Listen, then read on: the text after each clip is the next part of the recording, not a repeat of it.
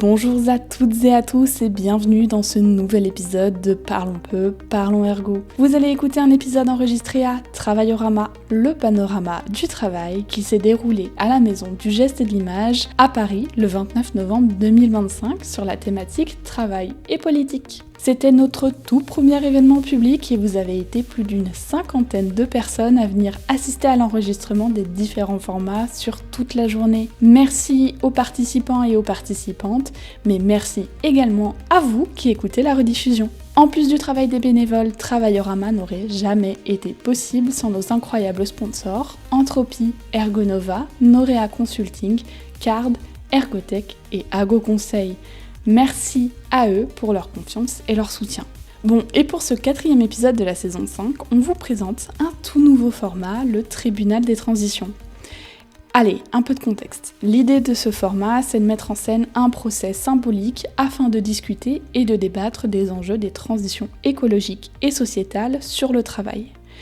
Du coup, vous l'aurez compris, il s'agit bien d'une caricature d'un tribunal pour lequel les animatrices et les invités interprètent des personnages. Leur point de vue, il est volontairement tranché, ça prend position, mais on est toujours sourcé et appuyé par des recherches, mais ça vous avez l'habitude si vous connaissez le podcast.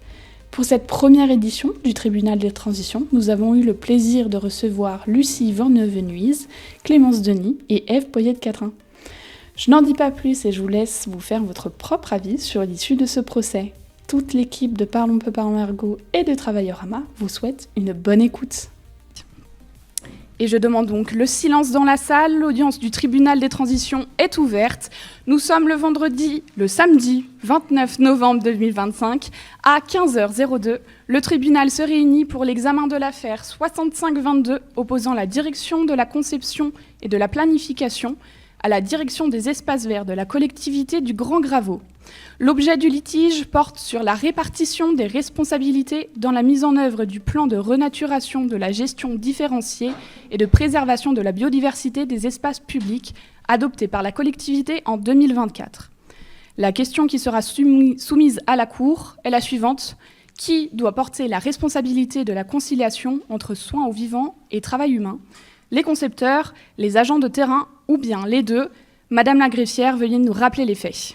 Merci Madame la juge. En effet, vu le plan de renaturation et de gestion différenciée adopté par délibération municipale en date du 12 juin 2024, la collectivité du Grand Graveau s'est engagée à intégrer le vivant non humain dans l'ensemble de ses processus d'aménagement et de gestion du territoire.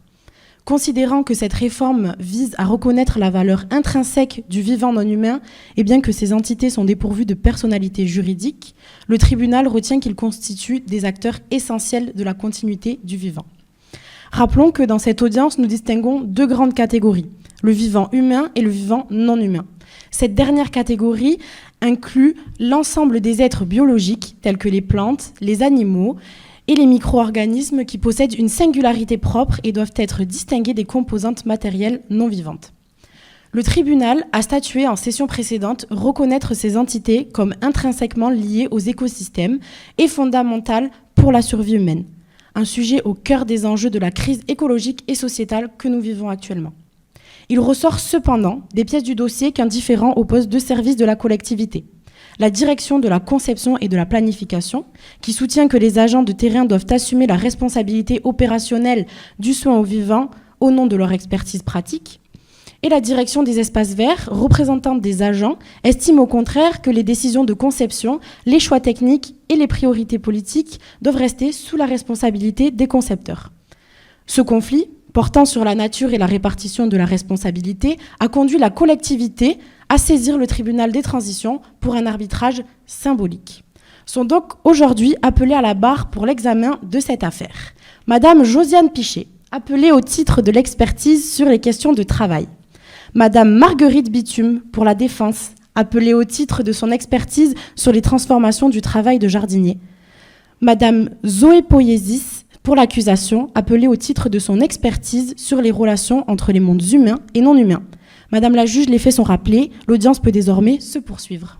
Merci Madame la greffière. Cette séance sera présidée par la juge Eva Goulois. Madame Léna Léonard sera notre greffière. Nous allons maintenant ouvrir les débats sur l'affaire du jour, la conciliation du soin aux vivants dans le travail.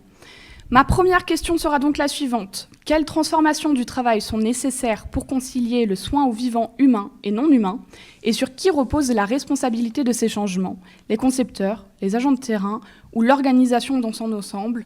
Vous aurez donc 2 minutes pour vos plaidoiries initiales. Madame Zoé Poésis, vous êtes la première, vous avez 2 minutes. Je me présente pas du coup. Vous pouvez très bien rappeler votre identité. Oui, donc du coup, en tant que Zoé Poésis, je suis représentante des relations interspécifiques. On m'entend pas. Je pense que vous pouvez vous rapprocher un petit peu de votre micro pour que toute la salle vous entende. Donc je suis représentante des relations interspécifiques. Comme premier argument que je souhaite apporter, c'est qu'il n'y a pas à... Ah là là. Prenez votre temps, vous avez 2 minutes, vous pouvez accorder vos 2 minutes comme vous le souhaitez. On ne peut pas porter la responsabilité sur une organisation humaine dans la mesure où, jusqu'à aujourd'hui, les sociétés occidentales, humaines, modernes, ont prouvé qu'elles n'étaient pas en capacité de maintenir les relations interspécifiques. L'extinction des espèces en est la preuve, avec les aléas de l'Anthropocène. Aujourd'hui, si on peut poser la question de responsabilité, c'est aux autres espèces que les espèces humaines qui, elles, ont l'expertise d'une coviabilité socio-écologique grâce aux services écosystémiques auxquels elles contribuent pour nos sociétés humaines. Voilà. Donc je ne pense pas que ce soit possible d'attribuer une responsabilité à une organisation. Voilà. Merci pour ces premiers éléments. Madame Marguerite Bitume, vous avez 2 minutes pour votre expertise initiale. Merci. En tant que témoin de la transformation des métiers du jardinier, j'observe sur le terrain effectivement que les tâches qui sont inculquées aux métiers de jardinier ont grandement évolué. On leur demandait d'avoir des espaces qui étaient propres, ordonnés, tout droit, pas de gravier, pas de mode de terre.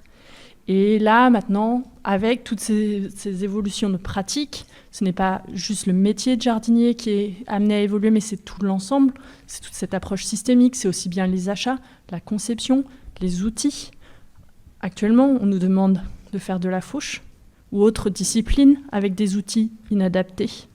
Parce que comment pouvez-vous faucher des ligneux en ville, donc sur des espaces des fois en pente, pour avoir des nous avec des machines agricoles?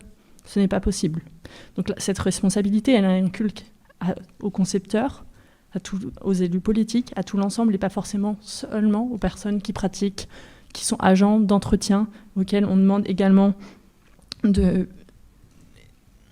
d'agir sur des nouveaux espaces qui ne leur étaient pas propres à ce moment-là. On peut le voir que c'est des agents qui doivent être qualifiés, et maintenant, par rapport à cet anthropocène qui est présent sur scène, on leur demande aussi de ramasser des déchets. Est-ce le métier de jardinier ? Merci pour ces premiers éléments. Madame Josiane Pichet, votre témoignage initial, vous avez 2 minutes. Merci Madame la Présidente, Madame et Monsieur les jurés. Par rapport à ce qui a été dit effectivement jusqu'à maintenant, on peut aussi se poser finalement la question de savoir ce que ça veut dire pour les acteurs terrain, autant les concepteurs que les personnes effectivement qui jardinent, enfin les jardiniers en l'occurrence.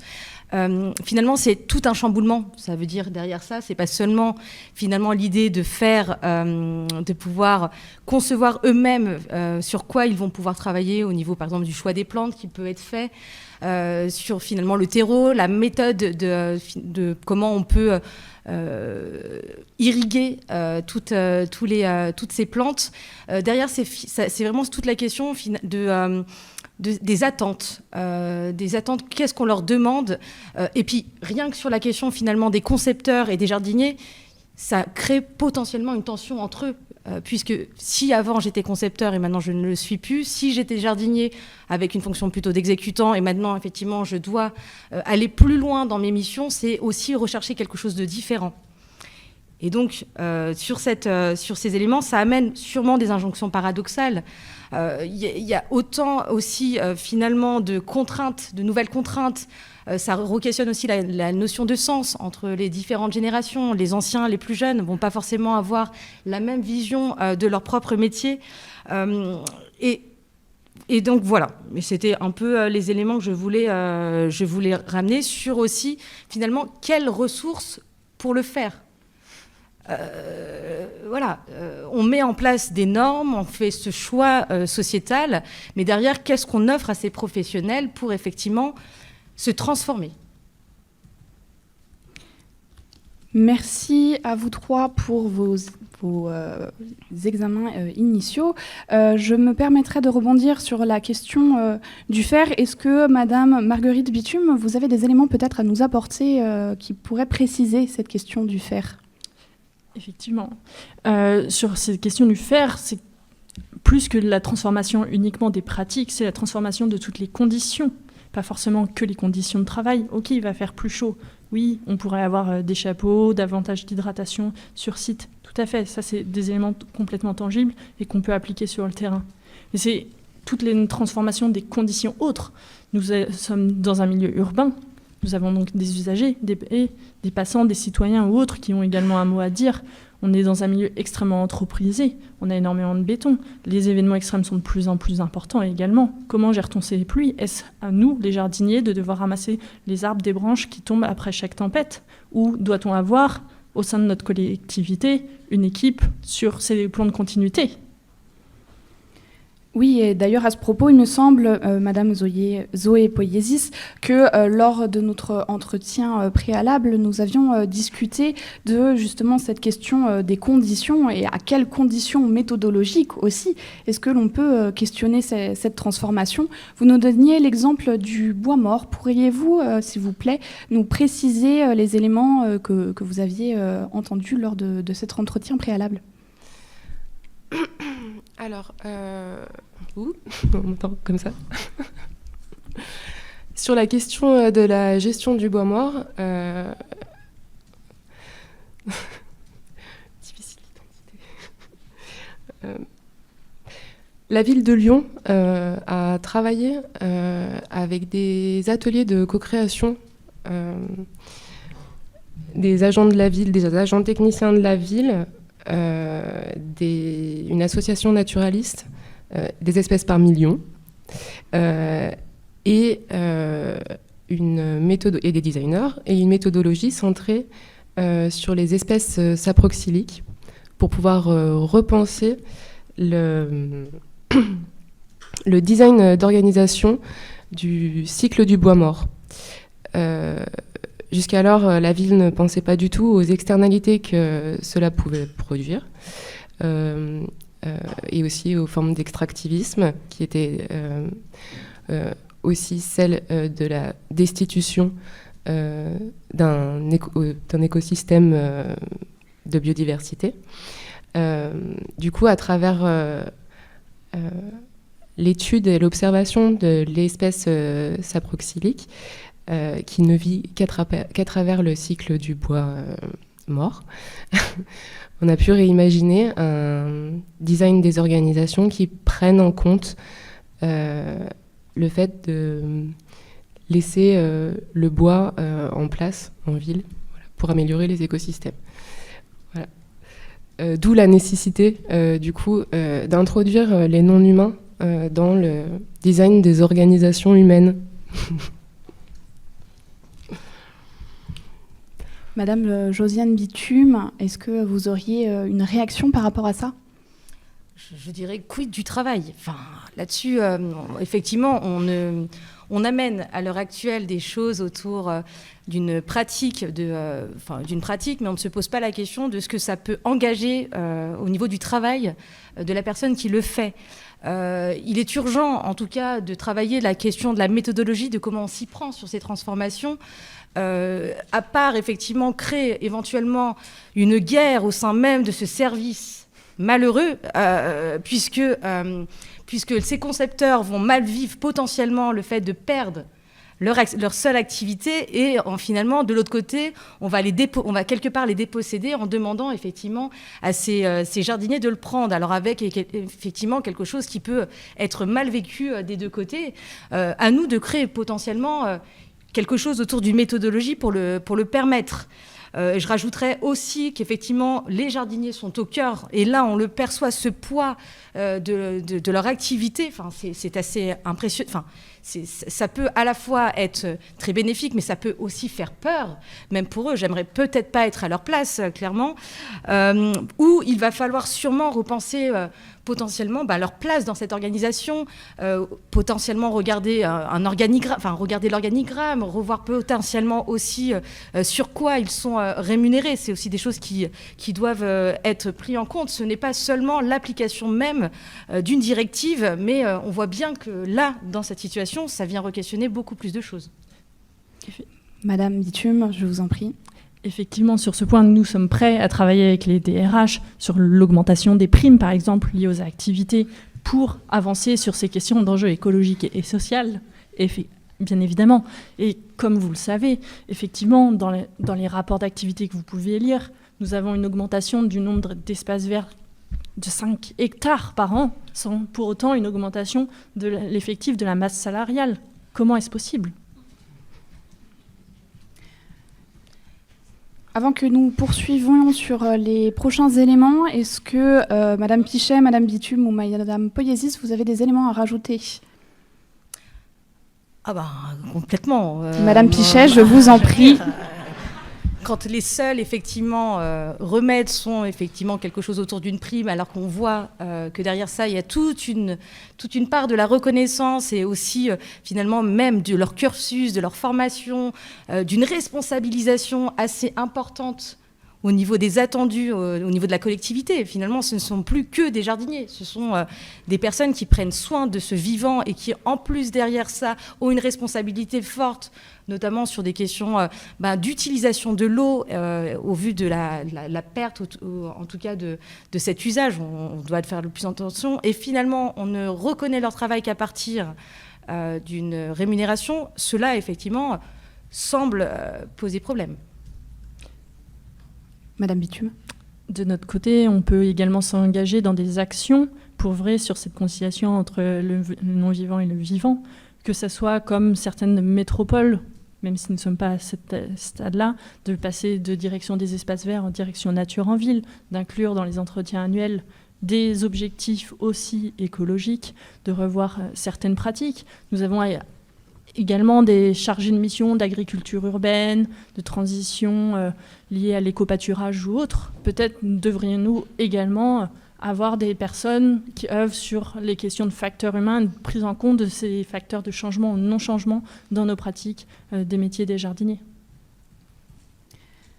Très bien, de ce que je perçois de mon point de vue, je pense qu'en tout cas, ce sur quoi on peut s'accorder, c'est qu'il y a une profonde transformation du travail, que ce soit du côté des concepteurs, puisque ça transforme les méthodologies qui sont nécessaires pour interroger ces questions-là, mais également sur les agents de terrain, puisque cela engage effectivement des transformations dans le faire, comme nous avons pu en discuter.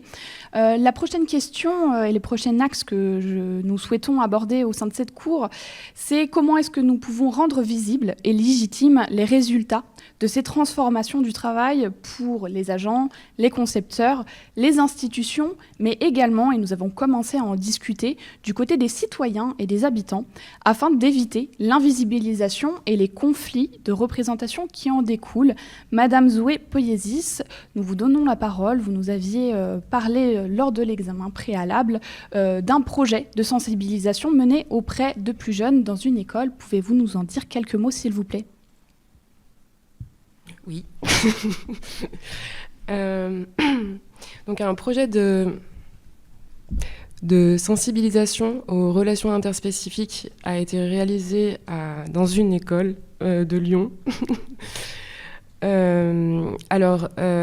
L'équipe pédagogique a pu mettre en place des ateliers avec une association de naturalistes pour revégétaliser l'espace de la cour, en pensant à partir des relations avec les pollinisateurs. Du coup, l'école a dû demander l'autorisation à la ville pour pouvoir faire des travaux d'aménagement et végétaliser. Donc la ville a accepté et elle a demandé donc, aux agents de la ville, du service biodiversité, de ne plus intervenir dans l'école pour laisser interagir l'équipe pédagogique, les enfants, avec les rythmes et les cycles des vies des espèces. Donc il y a tout un écosystème qui s'est mis en place, mais depuis quelque temps,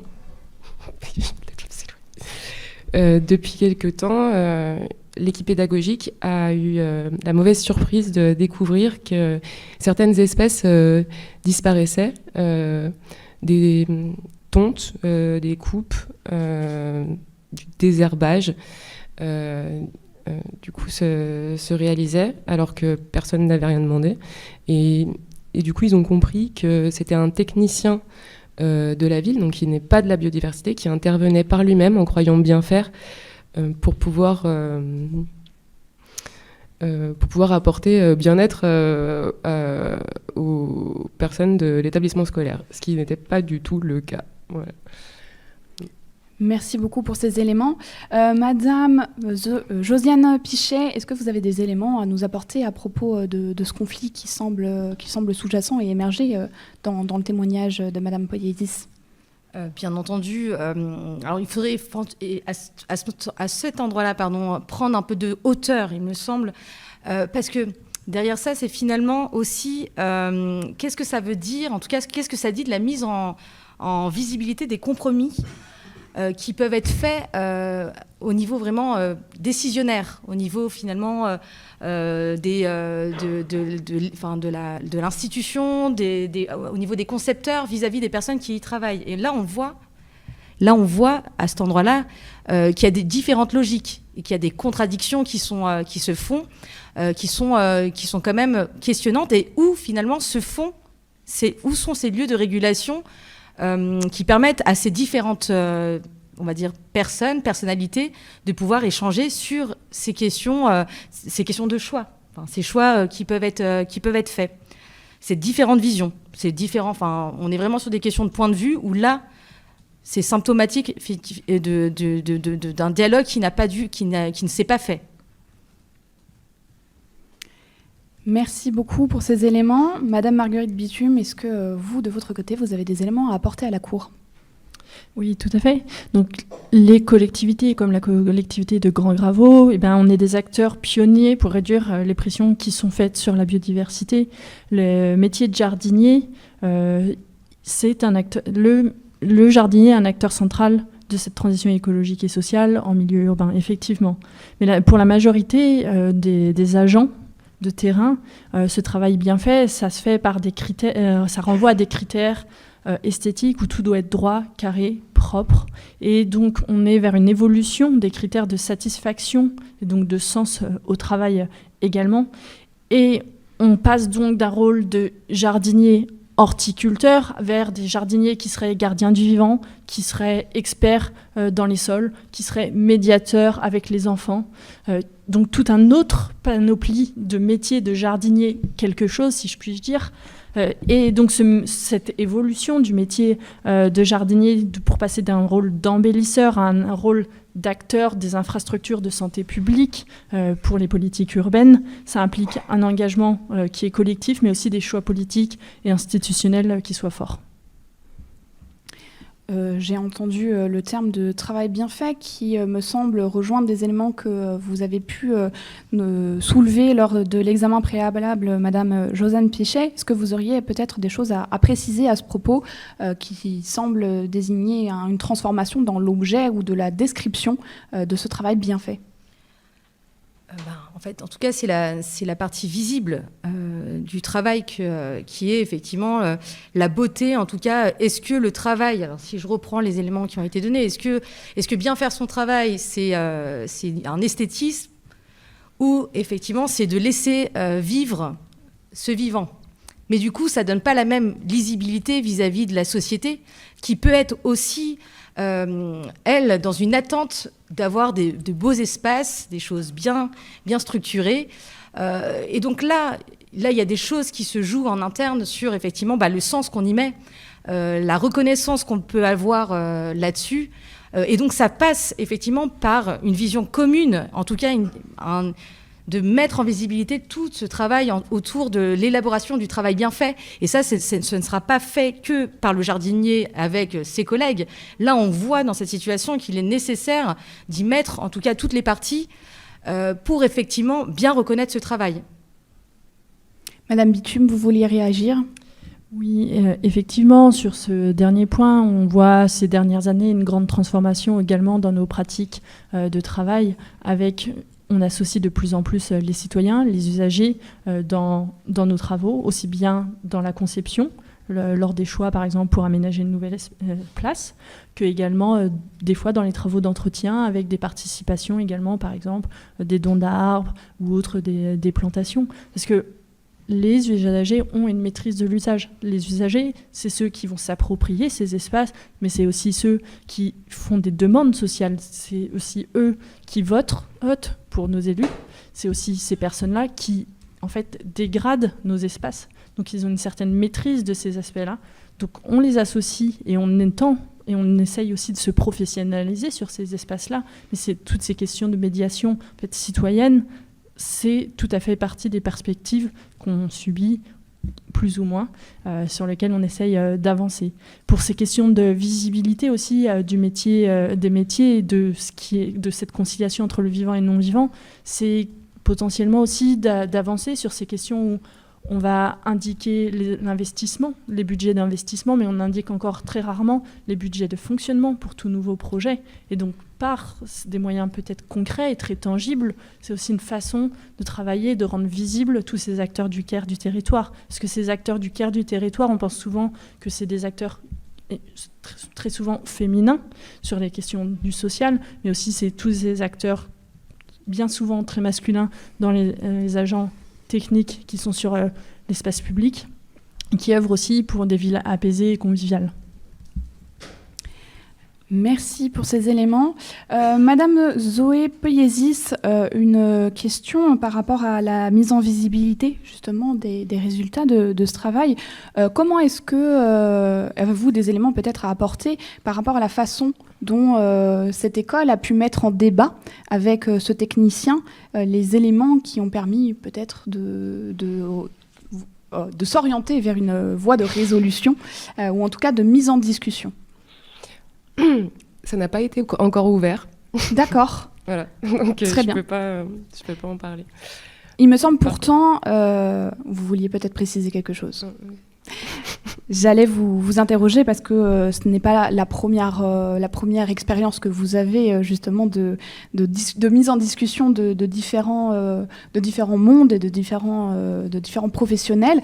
Quelles sont les méthodologies que vous pourriez ou pouvez utiliser dans vos différents travaux justement pour inclure les usagers, les citoyens comment est-ce que vous faites au quotidien dans vos différents ateliers? En tant que relation interspécifique et non créatrice d'ateliers, productrice peut-être de services écosystémiques, je porte un travail qui est donc gratuit, dissimulé et qui n'est pas du tout révélé au sein des organisations humaines. Je n'ai juste à préciser ça en premier. Voilà. Après, il existe des collectifs de designers qui interviennent en introduisant la question des non-humains et des relations interspécifiques dans les processus de conceptualisation de design, que ce soit du design d'organisation, design d'objets, design contributif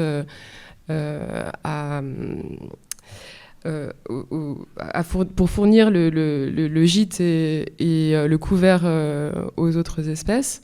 Alors ces ateliers, comment ils sont conçus ? Oui. L'idée c'est de pouvoir faire intervenir tous les habitants.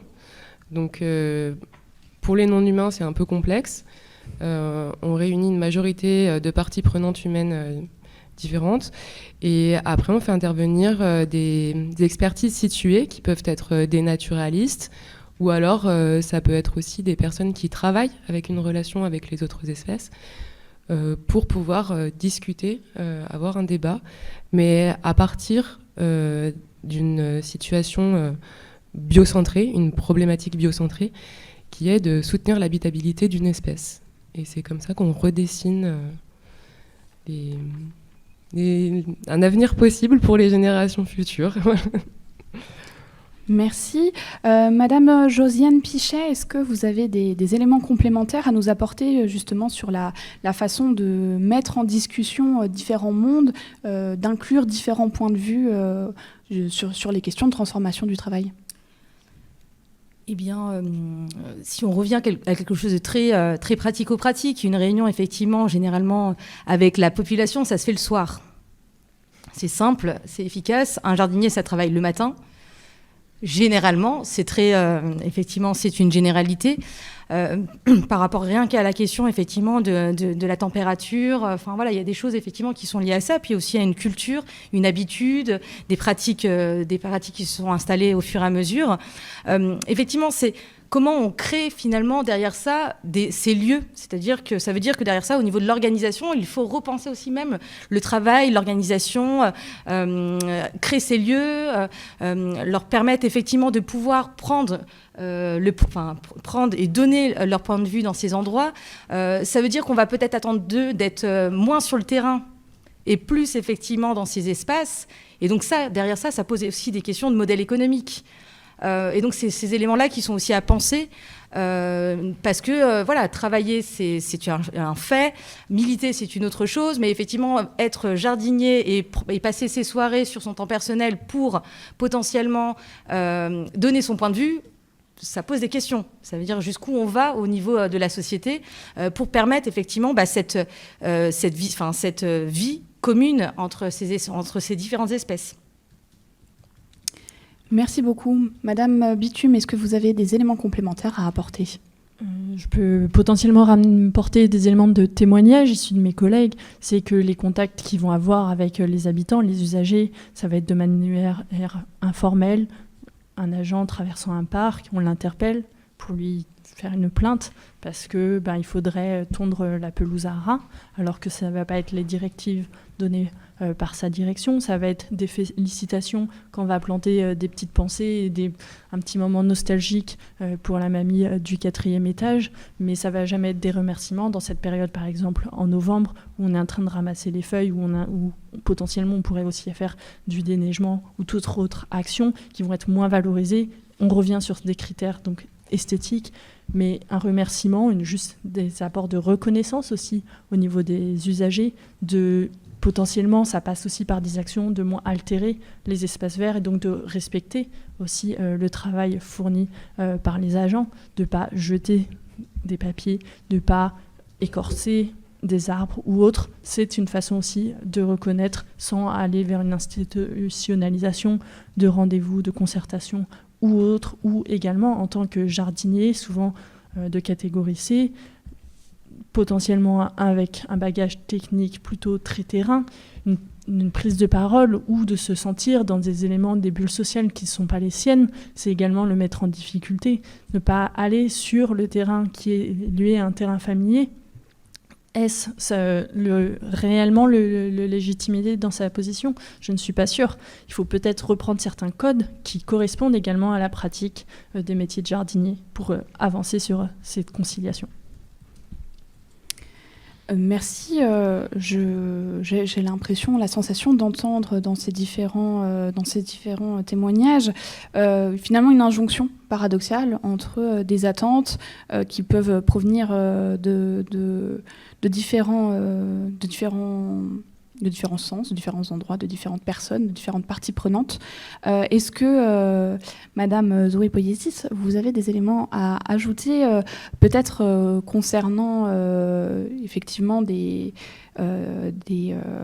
ateliers qui pourraient être menés au sein de collectifs de designers sur des façons dont peut-être des conflits ont émergé et ont été gérés, et surtout comment est-ce que l'apport d'une perception venant d'extérieur expert sur des questions de vivant non humain peut être reçu par les autres personnes qui peuvent assister à ces différents ateliers?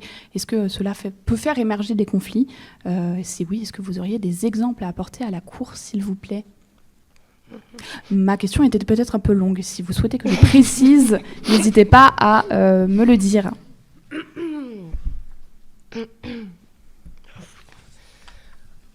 On est en urbanité, on ne va pas parler de la FNSEA. C'est à vous d'apporter les éléments qui vous semblent pertinents.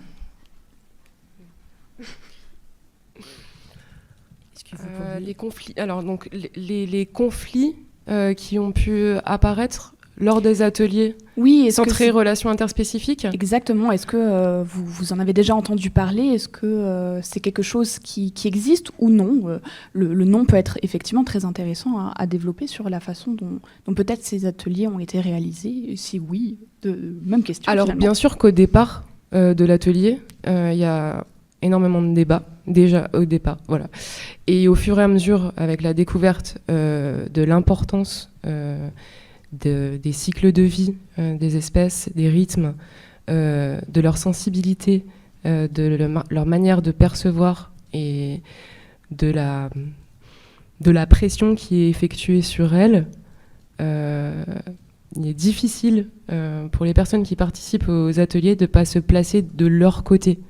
Parce que c'est ce qui nous manque à nous en société humaine, à force d'avoir un regard trop anthropocentré, on n'arrive plus à se déplacer là où les ethnologues appellent du coup à venir déplacer leur centre pour pouvoir venir observer les autres sociétés. Aujourd'hui, nos sociétés occidentales modernes en sont incapables pour pouvoir se regarder en face et prendre compte du coup de l'impact de ce regard anthropocentrique qui ne regarde pas les questions et les raisons des autres espèces, les signes qu'elles nous font. C'est notre espèce qui est amenée à disparaître et il va falloir vraiment prendre en compte le fait que du coup nous sommes reliés, nous sommes attachés, on ne peut pas faire sans les autres espèces. Nos corps sont constitués à 30 000 milliards de cellules humaines en cohabitation avec 30 000 milliards de micro-bactéries. C'est juste... Je ne peux pas dire plus. Ce sont des éléments significatifs, en effet. Est-ce que, Madame Josiane Pichet, vous avez peut-être une réaction face à ces éléments? Le premier, qui n'a rien à voir avec mon intervention, c'est que beaucoup de bactéries, c'est assez problématique d'une certaine manière. Enfin, en tout cas, il y a des bonnes bactéries, des mauvaises bactéries, comme on pourrait dire. Si on revient effectivement, alors c'est des éléments que, au niveau si je me positionne à l'endroit du jardinier, c'est des choses qui sûrement les animent de cette prise en compte de ce qui se joue en tout cas sur les terres qu'ils travaillent. Ça, c'est hyper important. Et du coup, ça amène, en tout cas, si on prend cette vision-là, il me semble que ça peut leur permettre de retrouver aussi du sens dans leur travail, parce qu'ils contribuent à quelque chose qui va au-delà, effectivement, que ce soit d'une dimension esthétique, soit de cette dimension esthétique. Donc c'est aussi hyper important à cet endroit. Mais après, je re-questionne vraiment la partie comment on s'y prend. Comment on prend en compte en fait tous ces paramètres de transformation, comment on accompagne cela, puisqu'on est effectivement sur là une question aussi de coactivité. Nous ne sommes pas seuls avec ces bactéries, mais nous ne sommes pas seuls non plus avec ces citoyens qui effectivement derrière vont peut-être marcher sur ces espaces, vont ne pas respecter la règle. Donc ça veut dire que derrière ça, il y a une nécessité de travailler ensemble sur ces questions. Et donc voilà. Madame Marguerite Bitume, la parole est à vous. Oui, mais donc des échanges qu'on a pu avoir et de ce que j'ai pu entendre, Nous, on a besoin et ce qu'on demande, c'est d'un côté, ok, des moyens, ça je pense que vous avez entendu, mais c'est surtout cette confiance collective qu'on puisse avoir pour chacun faire des petits pas et pour avancer vers une meilleure réconciliation entre le vivant et le non-vivant, que ce soit les jardiniers, les concepteurs, les usagers, les habitants ou toute autre entité, également humaine ou non humaine. Très bien, merci beaucoup pour tous ces éléments. Le tribunal a entendu les différentes parties et les témoignages relatifs à la conciliation entre soins aux vivants et travail humain. Il semble ressortir de cette audience que la responsabilité de cette conciliation ne saurait être attribuée à un seul acteur, mais nous laisserons messieurs, dames, les jurés en débattre au sein de la galerie de la vulgarisation qui est disponible dans l'espace commun. Vous pourrez y donner votre avis et le résultat de cette question. Madame la greffière, veuillez, s'il vous plaît, prendre note de ces éléments et conclure cette séance. Fait à Paris, maison du geste et de l'image. Le 29 novembre 2025, le tribunal des transitions déclare clos les débats sur l'affaire numéro 6522. Merci. Merci beaucoup.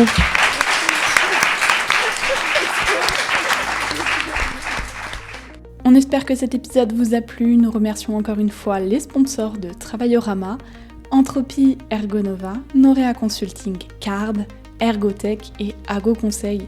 On remercie également nos fidèles patriotes sur Patreon. Et nous, on se retrouve pour un nouvel épisode le mois prochain. Évidemment, c'est pas n'importe quel épisode, c'est Question pour un ergo, notre format jeu, pas du tout inspiré d'un célèbre jeu télévisuel portant un nom similaire. Pour que vous puissiez profiter correctement de cet épisode, il sera disponible uniquement sur YouTube.